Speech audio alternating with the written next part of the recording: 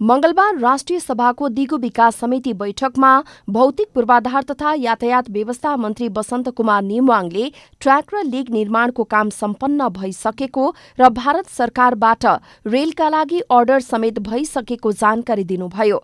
G2G माध्यमबाट rail खरिद गरिने 2 महिनाभित्रमा जयनगर जनकपुर 35 किलोमिटरको रेल सञ्चालनमा आउने र त्यसपछि बर्दिवाससम्म विस्तार हुनेमा ढुक्क रहन उहाँले आग्रह गर्नुभयो। रेल सञ्चालन हुन्छ। जयनगर जनकपुरको 35 किलोमिटरको ट्र्याक सम्पन्न भइसकेको छ, बनाउने रेलको लिग सम्पन्न भइसक्यो। रेल पनि हामीले जो भारत सरकारसँग G2G मोडलमा अर्डर गरेका छौँ, जो पनि रेडी भइराखेका छ। हामीले निरीक्षण टिम पठाइसकेका छौँ, डीजे लगायत आइसकेका छ। लगभग 1-1.5 महिनाभित्र रेल दिने र समयावधि पनि यो महिनाको अन्तिमसम्म छ।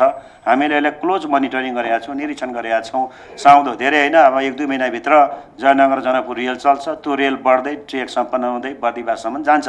यो कुरामा ढुक्क रहन म आश्वासन दिलाउन चाहन्छु। बैठकमा यातायात व्यवस्था विभागका महानिर्देशक इन्जिनियर गगन बहादुर हमालले दुर्घटना न्यूनीकरणका लागि ट्राफिक प्रहरी, गृह मन्त्रालयसँग पनि छलफल भई योजनाहरू बनाउने काम सुरु गरिएको जानकारी दिनुभयो। लामो दूरीका सवारी साधनको हकमा नियमित रूपमा चाहिँ डबल ड्राइभरको व्यवस्थापन त्यतिखेर गरिएको। ट्राफिक प्रहरीले अहिले एउटा एप्सको प्रयोग गरिएको छ।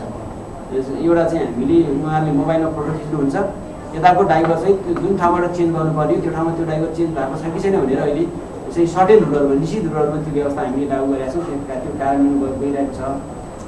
समितिमा सांसद दीनानाथ शर्माले स्थानीय तहका जनप्रतिनिधिहरूले डोजर किनेर जथाभावी सडक निर्माण गरी गाडी गुडाउने अवस्था रहेकाले सडकको मापदण्ड मन्त्रालयले तोक्नुपर्ने बताउनुभयो।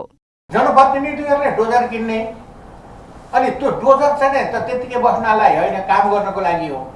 अनि त्यसपछि जहाँ हुन्छ त्यही चाहिँ डोजर चलाएर चाहिँ डाँडा काँडाहरू चाहिँ भत्काउने यस्तो किसिमको स्थिति छ। यस कारणले भौतिक योजना मन्त्रालयले राष्ट्रिय गौरवका आयोजनाहरू उसले हेर्छ, ऊ जवाफदेही जिम्मेवार छ, त्यतिले मात्रै पुग्दैन।